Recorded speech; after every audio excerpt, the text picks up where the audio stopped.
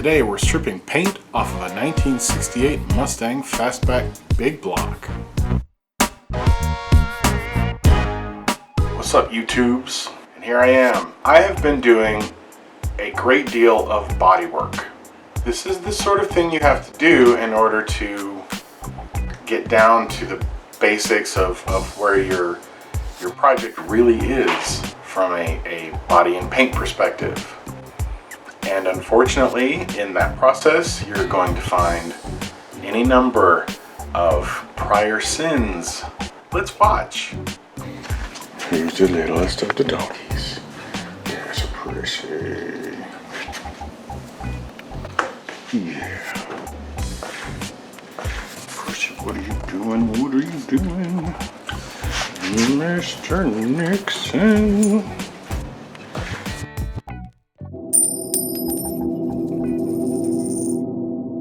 What do you think, Prissy? Yeah. Prissy's worried, and she should be. Okay, well, I'm drilling down on here. Here's the door pull for reference. I'm drilling down on what is very clearly a ton of Bondo. I mean, look at that. Oh my goodness. Yeah, I've been caving that out with a cut brush. Brass bristle. Good enough. Not really going to hurt the metal. Man, that is... Oh, it hurts me. Yeah, Prissy. That's right. You tell him. This is just not to be believed. Although I guess it is to be believed. And yeah, this right here is running all the way down to the back. I mean, just humongous amounts. This is from the grinding on the completely useless garbage trunk lid that's going to get replaced. And I have to say that it looks like the full sail panel is also going to get replaced here. There's my lovely compressor, which, you know, it's great and all, but my DA sander here, let me tell you, this thing runs away with the show when it comes to air consumption. Right now, I'm rocking the 36 grit, and that's, I mean, it's pretty substantial. But even then, it's kind of slow.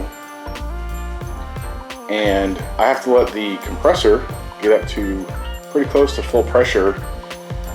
And then I might get, like, really, honestly, might get just a couple of minutes of full use.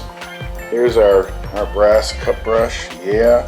And then we have our paint gator, which, as you can see, I have rounded off. I've used it pretty substantially. It actually probably chews paint off the fastest overall. The problem I have with it, of course, is that it relies on the drill, and I don't want to burn it up. But, you know, I'm able to get into a lot of places, like in here. It just doesn't do it very evenly. Yeah, Prissy doesn't like it. Prissy. Prissy and Mr. Nixon. I know it. You're just a bird boy. You are just a bird boy. Who's a bad bird boy? I know it.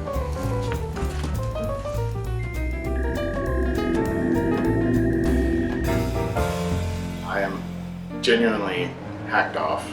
I bought this car in 88, 89.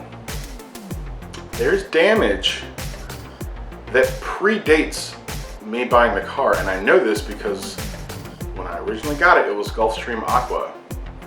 And I'm finding areas underneath Gulfstream Aqua paint that have Bondo, in the front fender in particular. So I'm seeing a lot of panels potentially to be purchased in the future. I can try to fix them using a hammer and dolly, and the odds of me screwing it up About 50-50. Oh, let's take a look at some, shall we? Okay, so this is the front fender area, and as you can perhaps see, it's kind of lumpy.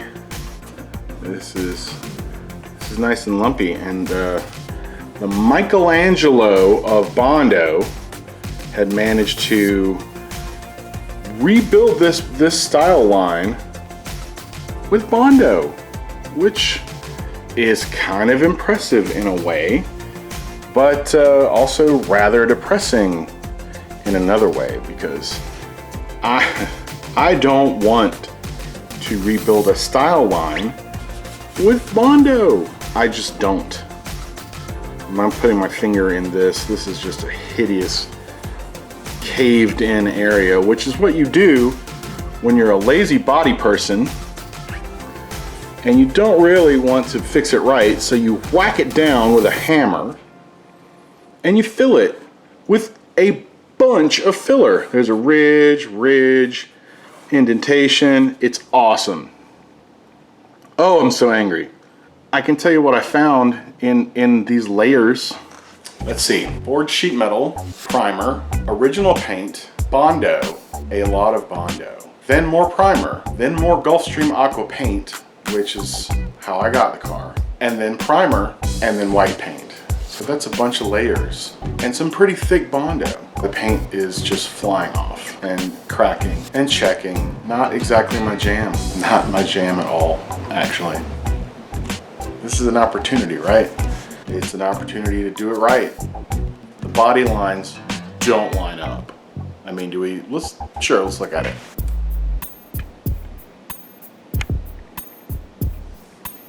I mean, look at the way the body panels line up. Right there at the door line and the C-cut. We don't like that. In fact, I'll float you over there even closer. Yeah, how about that? That's good looking.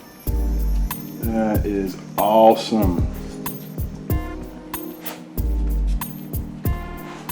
The doggies are not impressed.